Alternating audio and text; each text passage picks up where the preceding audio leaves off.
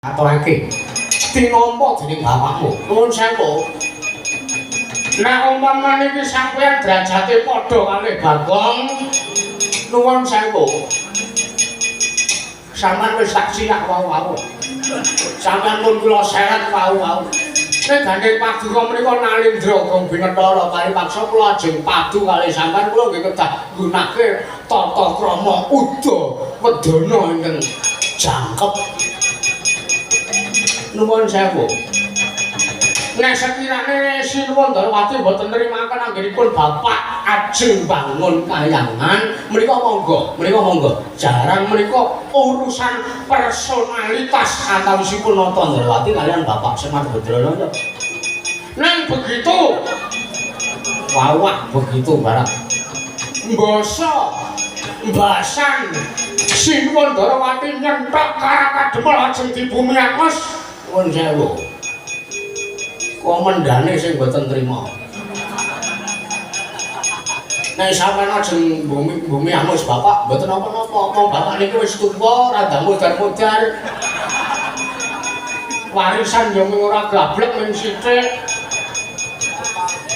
Nek sampeyan ajeng mateni Bapak boten napa-napa. Ning gandeng sampeyan nyenthok Padukan Karakademel. Monggo Padukan Karakademel kula dados bumi mutah gedhe Bagong. Paripaksa kula wantun ngadhepi Sinuwun Darawati.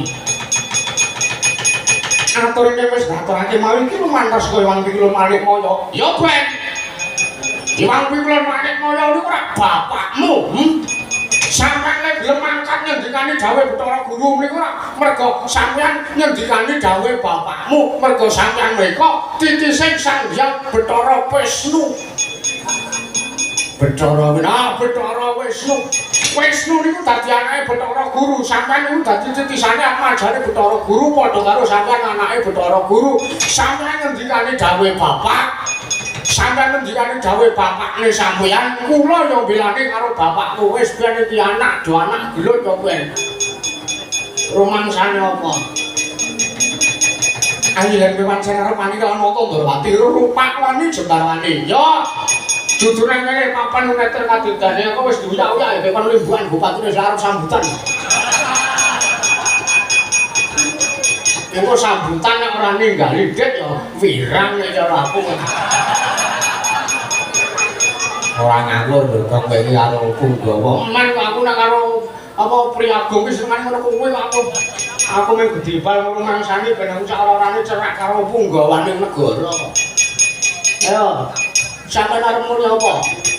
Sampeyan nek kuwar-kuwar kaya ngono iso muni kaya ngoten iku mergo sampeyan duwe derajat pangkat. Coba nek bapak niki ratu sing luwih tuwa saka sampeyan. Mergo nek dipetung yo tuwa Semar bangane Kresna. Mula nek sampeyan bumi angus Karakademel Bagong sing ora temake. Sampeyan mangejoke Senopati kula mboten wedi sinuwun.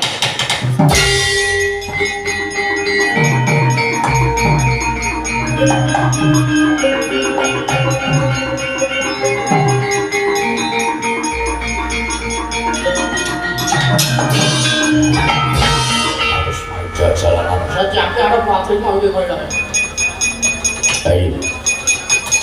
Yen to pancen kowe wani nglawan Koko Prabu Darawati yo manggake. Aku belani Ratu Gustiku, kowe belani bapakmu. Gandeng kowe nyentok jeneng Senopati. Kula aja takon dosa, dudune kene papan meter kadidayana. Iya, nek mung arep pamer kaseken guna kasantikan kaprawiran wae. Bagong gudange wong sekti. Ayo dudu nang kene papane meter kadidayan Ndara Setyaki. Ora minggat semaranganku. Lara metu jaba kaya atiku nang apa prapatan Karakademel tak enteni isih do isih.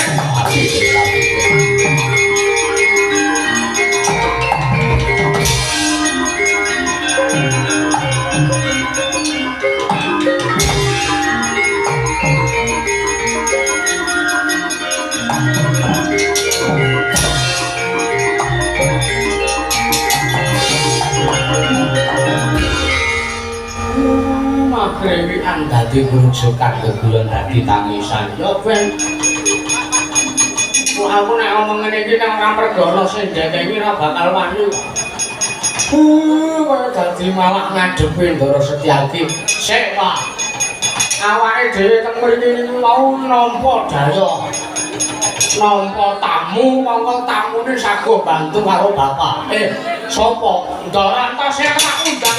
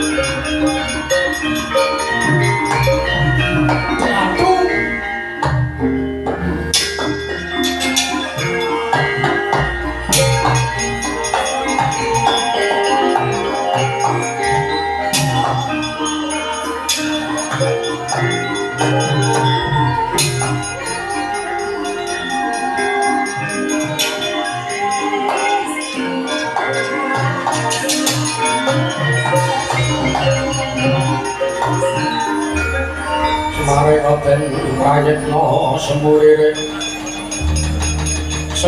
seka balik titiyane kandhane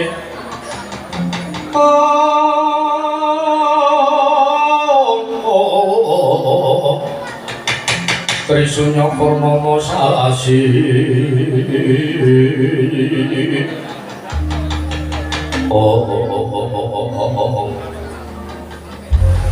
ana apa nek jarene Bagong kakekne Semar ngundang karo lancur-lancur Pandhawa ana apa wae ature Bagong ngandhake yen to kakekne Semar banget mbutuhake panggiyantune lancur Pandhawa siwa Semar nek gawe apa pancen babi siji niki senengane tumbas cucukan amen ora ngono ora gelem nyambut gawe kok rumangsane apa anu niki mau ngeten Ndara piye Gong gandeng sampean wau pun sumpah iya sumpahe sampean nek enten napa-napane sing butuhke kekuatan para lancur Pandhawa sagah menanggulangi sagah ngatasi sagah sakbiyantu kaliyan Bapak Semar nggenipun gadhe kaliyan kuwi bangun kanyangan nggih napa nggih iya pancen bener Bagong nggih kamangka niki wau sampeyan jo teng alun-alun pepungkuran waduh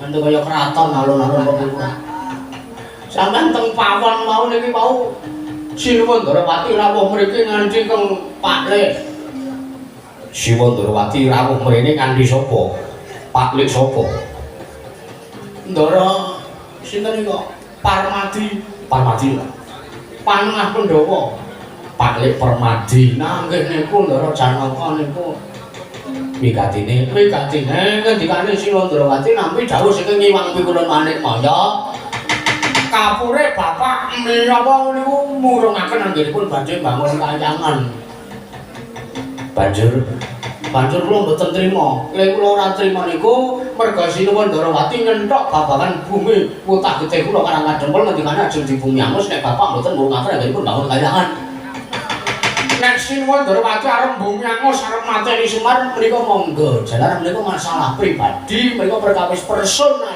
antawisipun Tata Ndarawati kalian pun bapak kula Semar ning gandeng Sinuwun Ndarawati nyenthok kabangan kanan karang kadempel kula majeng kowe maju kowe banjur kowe nesu nggih kula nesu wis kula janjani kok wis kaya biasane lah teng YouTube ngono kan videone kok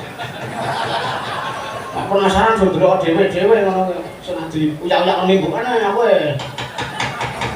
banjur karmaku kon ngewangi ngundurke utawa ngendhake kamurkane Sinuwun Ndarawati. Nah, ngoten niku. Ya wis. Nek pancen kaya ngono sing dadi kersane kakekne Semar Badrana ya aku mung kari manut. Mengkiri yen kula mboten njaluk tulung karo sampean lho, Ndara ora nggih. Wis dadi sumpah prasetyane Antasena sakadang lancur Pandhawa. Malah wektu dina iki aku budal njaluk tambah pangestu. Kakang Antareja apa Dimas Kakang Gatotkaca piye Dimas ayo budal iki ana pacoban nekani perduan kang kadempel awake dhewe sagu sadyanto lahir batin karo Kakang Semar ya kudu gelem ngumumake tangan jumangkake sikil yo yen mangkon ayo tandirake Dimas njaluk pamit tambah pangestu ya Kakang Semar kula ora dawuh lho kula ora ngutus sampeyan mengkene enten apa-apane kula ora melu-melu wis babagan katenteman kang kadempel Antasena sing mrantasi sing tanggung jawab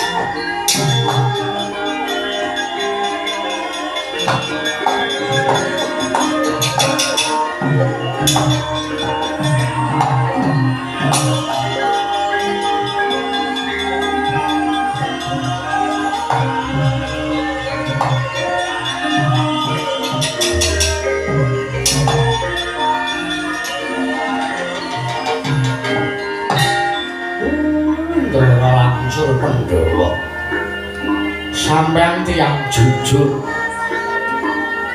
Semar ora njaluk tulung apa-apa kula ora njaluk neka-neka kula ora pamrih leh kula duweni kekayuwanan sembangun kayangan wondene sampean kok sampun sami tanggaping sasmita matur nuwun Ndara sinuwun Ndarawati nuwun sewu boten kateges kula lancang ngarani sing ora-ora.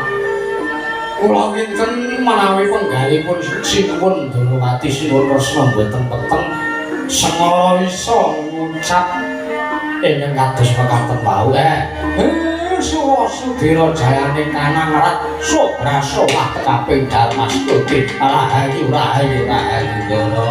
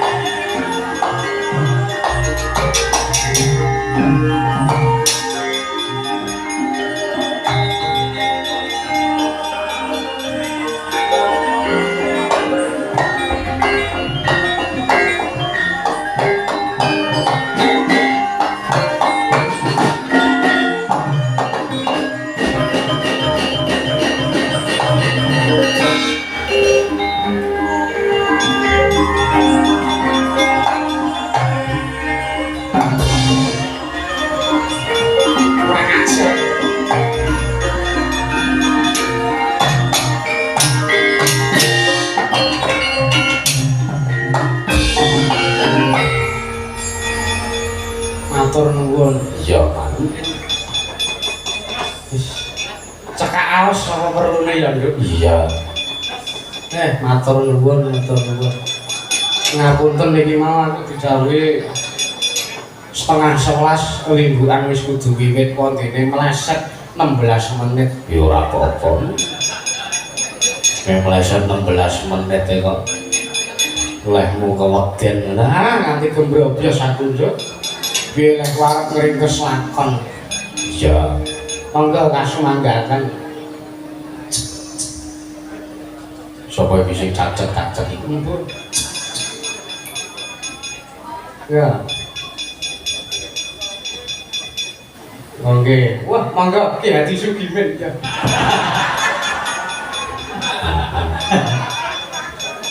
Lah, Ki Hadi Sugimin. Ya. Niki kanton golek kandeng-kandeng Nggih. Nggih. Pak Bupati arep paring pangandikan, Mak. Iya, arep paring sabda pangandika. Iya.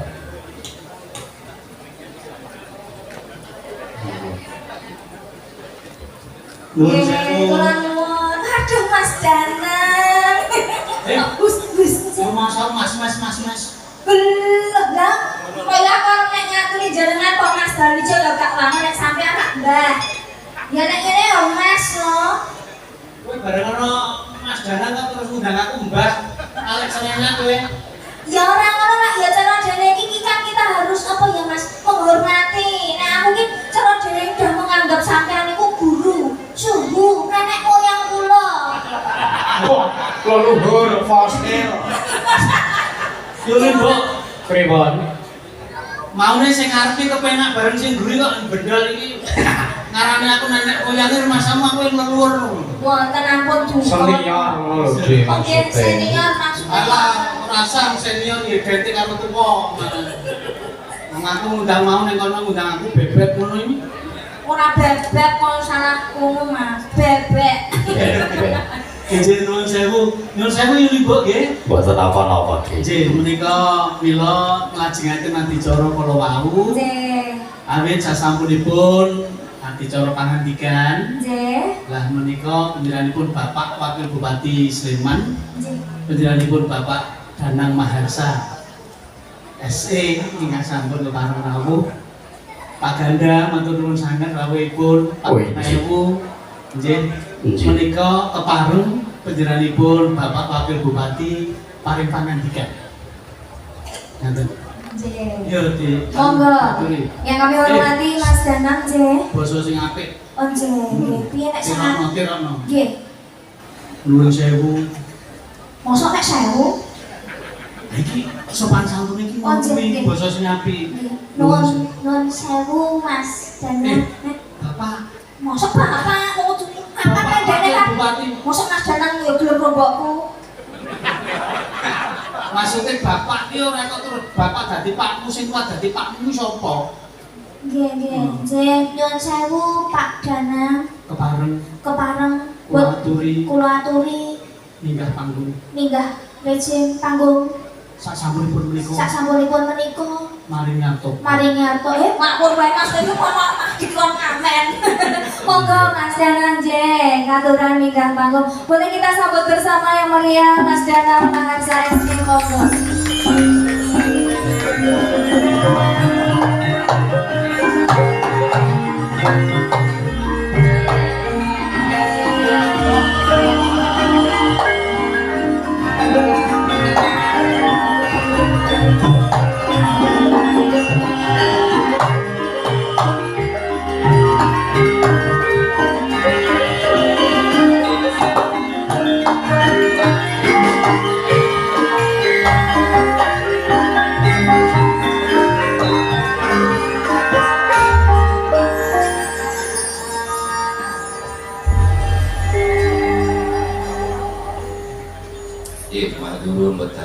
Bismillahirrahmanirrahim. Assalamualaikum warahmatullahi wabarakatuh. Sugeng dalu salam kasugeng kawilujengan kahajat tumrap kula lan panjenengan sami sedaya kemawon ingkang kawula menika dalu menika. Ingkang kula hormati para sesepuh ini sepuh hati sepuh dengan sepuhaken ingkang satu kita beten langkung-langkung ingkang kula hormati wonten ngarsanipun anggota DPRD Provinsi Daerah Istimewa Yogyakarta Mas Anton Prabu Samdawai, wonten ngarsanipun Bapak Ketua DPRD Kabupaten Sleman Mas Kustan Ganda, Soho Wakil Ketua DPRD Kabupaten Sleman Mas Harto Karyanto SIBP ingkang kula hormati.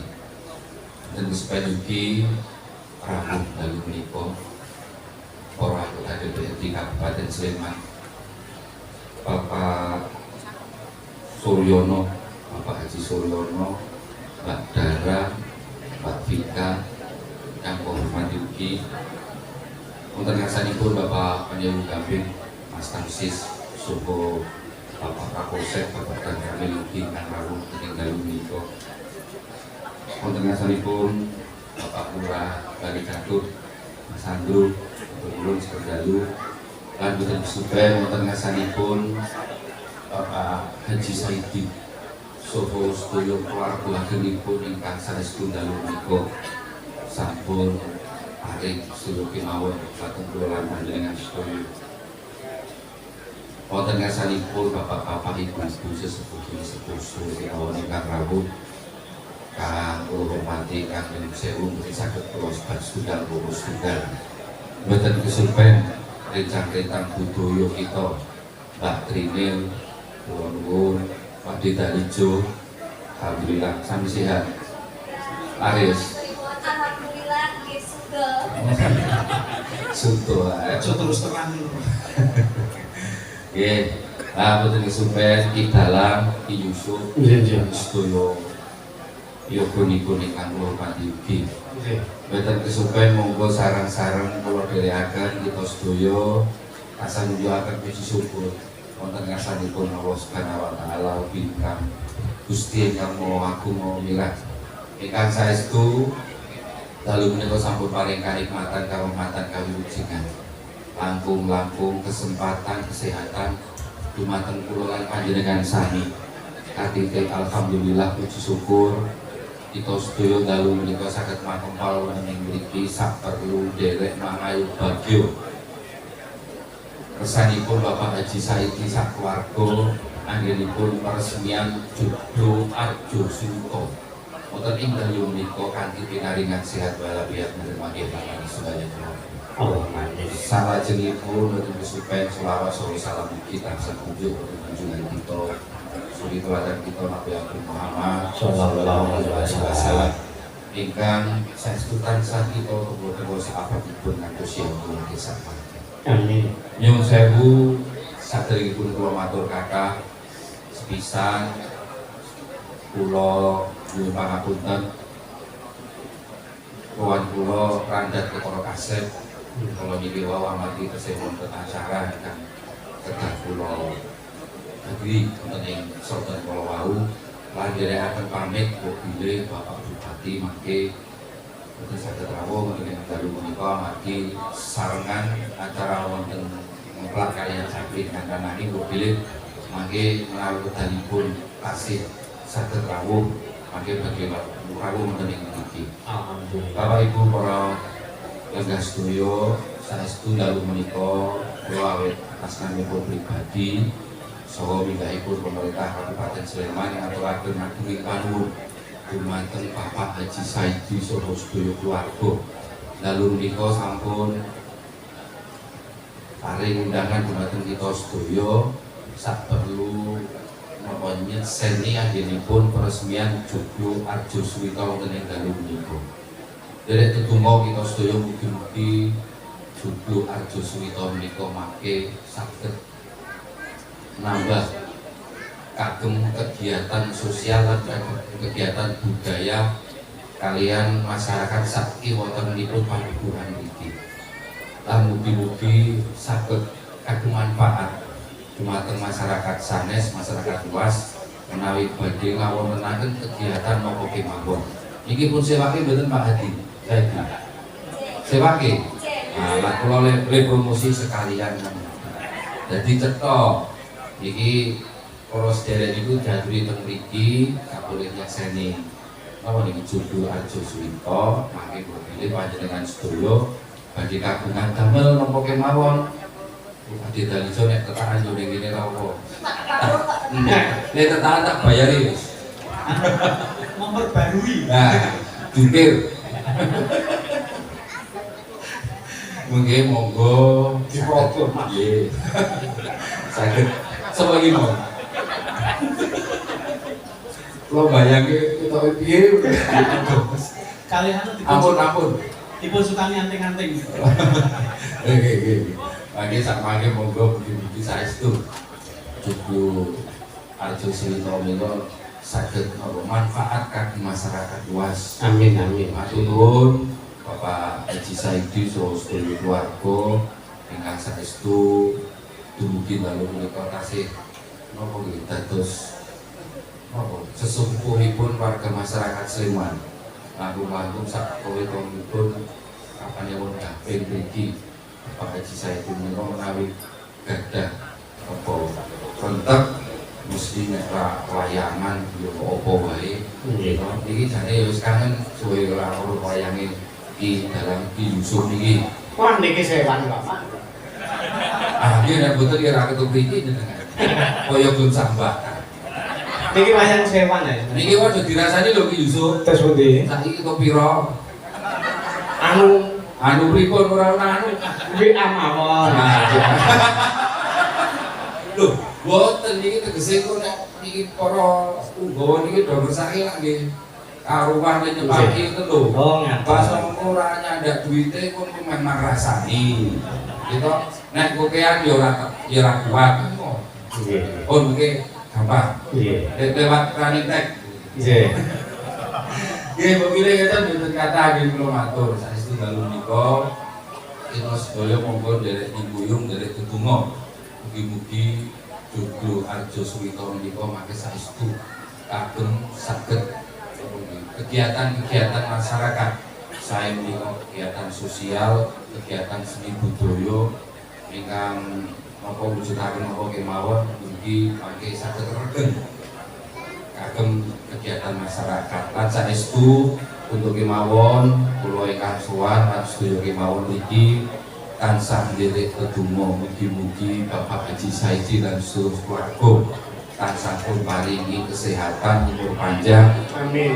Tasih saged ngomong sedaya masyarakat wonten sakiwa wonten mriki laku-laku masyarakat Kabupaten Sleman. Amin. Setuju mboten? Nggih. Nek setuju tepuk tangan. Nah, tanggape wayang larang-larang tepuk tangan ki angel. Bubar mawon Pak, dalam Nggih. rasa sedoli buan. Nek rasa sedoli buan sing seneng Pak dari jero Pak Trinen. Wis bayaran. Mbak Trinen bayaran wis bali. Wis macak ngene iki Wis macak midit kane to. On niku mawon ingkang saged tuturaken boten kathah menawi wonten perintah pitunipun kirang sopanipun akhir kula matur saestu nuwun agunging samudra pangaksani. Matur nuwun kula pungkasi billahi taufiq wal hidayah. Wassalamualaikum warahmatullahi wabarakatuh. Waalaikumsalam warahmatullahi wabarakatuh. Matur sembah Bapak Danang dan kami mohon untuk sekaligus meresmikan Joglo Arjo Suwito yang menghormati Bapak Danang beserta Bapak Haji Saidi beserta keluarga untuk mendampingi dan monggo Pak Menewu dan para tamu undangan VIP boleh mendampingi Bapak Wagub untuk pemotongan pita sebagai simbolis peresmian Joglo Arjo Suwito pada kesempatan malam hari ini. Monggo Pak Haji Saidi sekalian Ibu kulawarga Putra wayah.